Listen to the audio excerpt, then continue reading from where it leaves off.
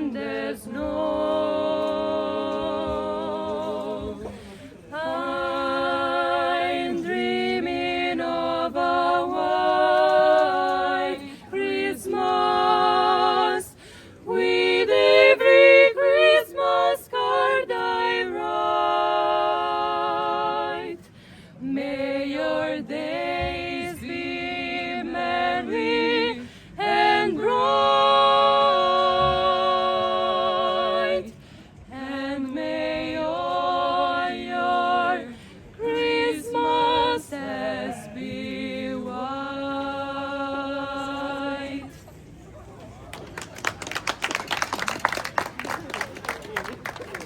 Ciao ragazzi, benvenuti a Ferrara di Montebaldo, dove è in pieno svolgimento la rassegna Presepi nel borgo.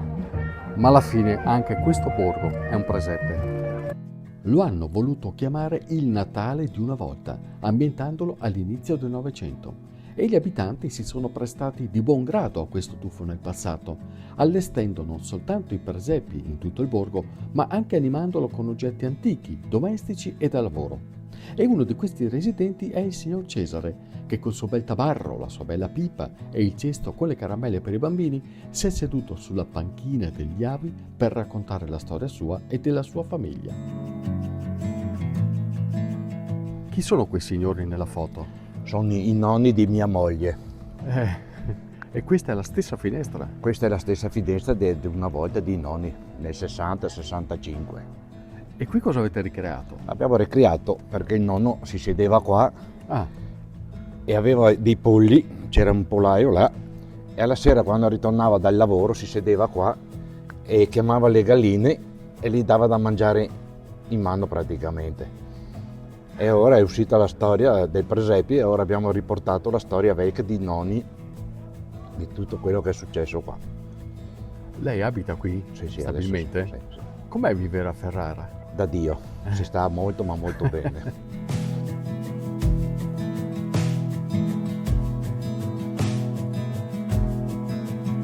Devo dire che davvero passeggiando per le vie del borgo si respira un'atmosfera magica in questo piccolo paese che, pensate, è il più piccolo della provincia di Verona e uno dei tre più piccoli, il terzo più piccolo in tutto il Veneto.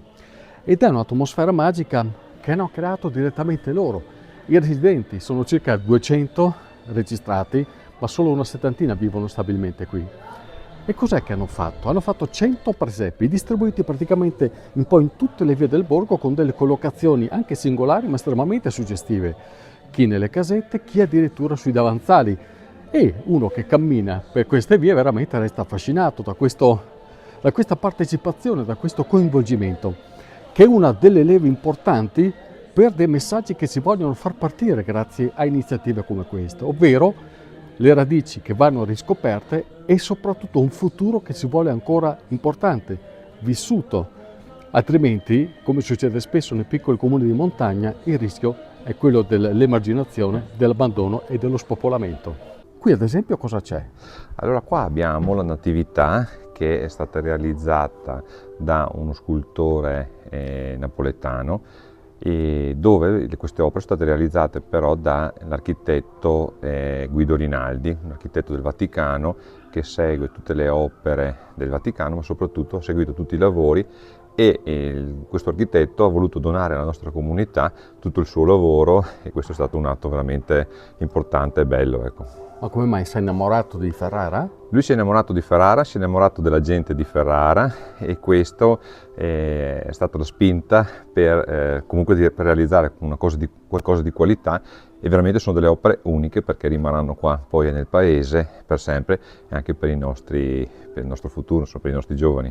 È un paese che si riscopre? È un paese che sta rivivendo, un paese che grazie all'amministrazione comunale e alla Prolocco che stiamo investendo tantissimo sulla promozione, ma soprattutto si è risvegliato, sono risvegliati i cittadini che si sono messi in gioco e hanno creato tutto quello che noi vediamo ora. Perché secondo te? Perché c'è la voglia di non far morire la montagna, perché la montagna è dura, la montagna va vissuta 365 giorni all'anno e le persone che erano qua vedevano il paese che si stava spegnendo e hanno pensato di di farlo rivivere. I residenti quanti sono quelli che vivono stabilmente? Sono una sessantina, sono quasi tutti anziani, però hanno una volontà che è veramente unica e questo ci ha spinto anche noi, diciamo giovani, a venire qua, ad aiutare, a portare avanti quelle che sono le tradizioni, le vere tradizioni venete e veronesi. Il presepe associato alle tradizioni è un nesso naturale?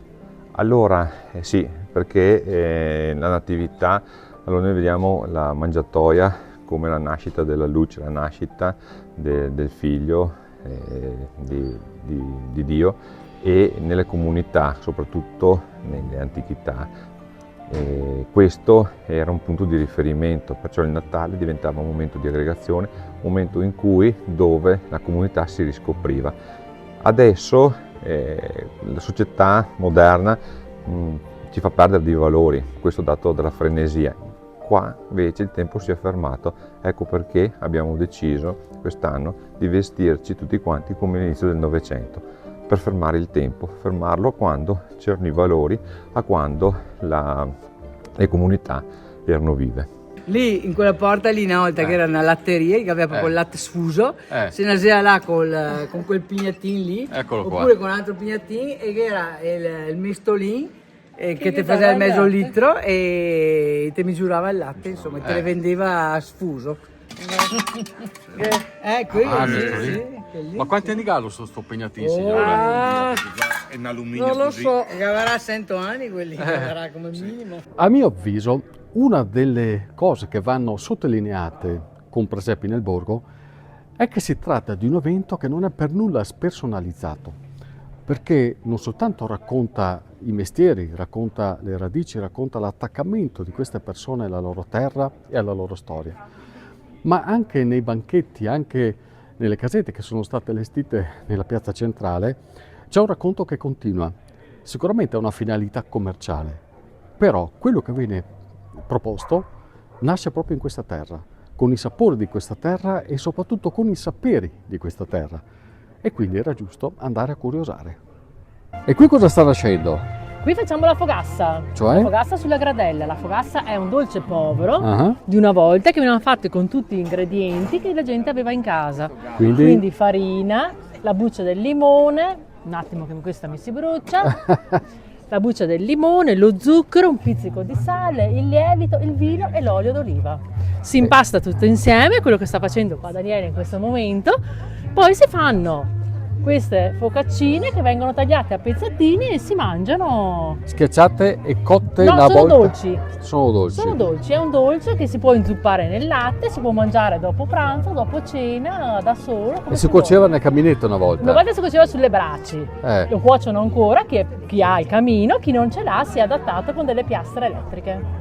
Ci adattiamo. Ci adattiamo perché vengono fuori benissimo. Cosa vuol dire fare queste cose della tradizione per voi? Vuol dire portare avanti quello che è la storia dei nostri nonni e riviverla, e siccome è un dolce sempre buono che piace a tutti, agli anziani, ai giovani e anche ai bambini, quindi la si porta avanti volentieri.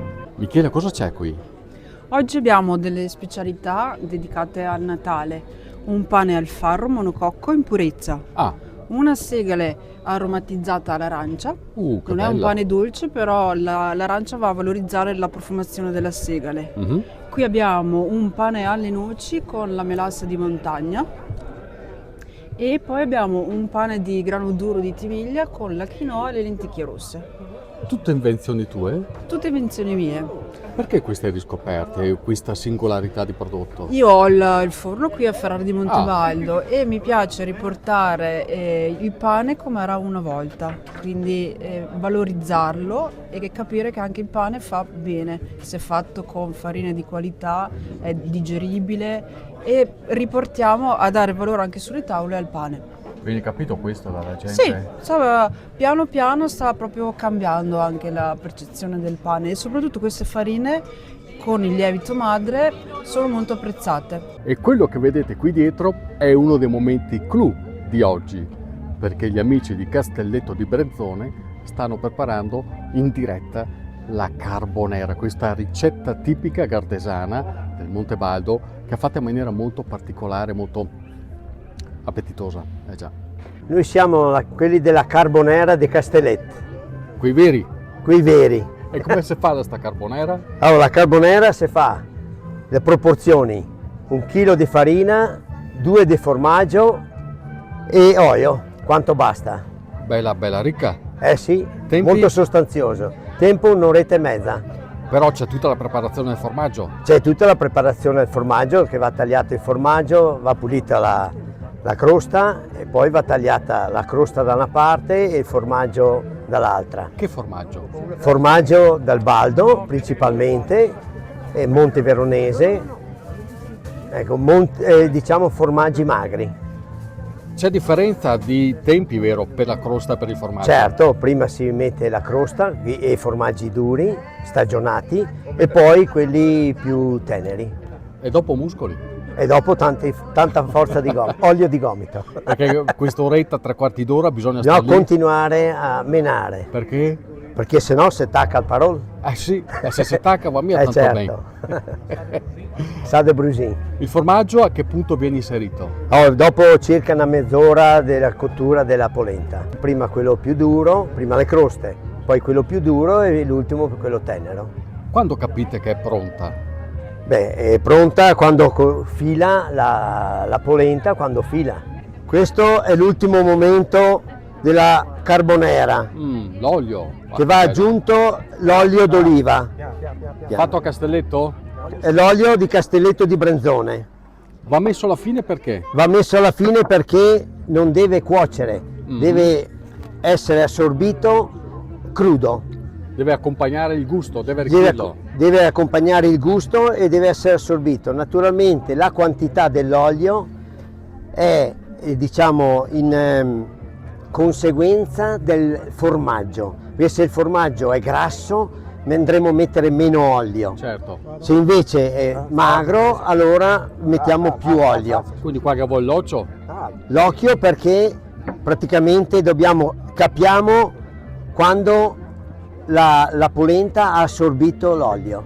Ma qua che è la vostra esperienza qua? Certo, Anni e anni. certo, anni e anni di carbonere E di assaggi anche. e anche di assaggi, No, perché certo. vi guardo in faccia e capisco che...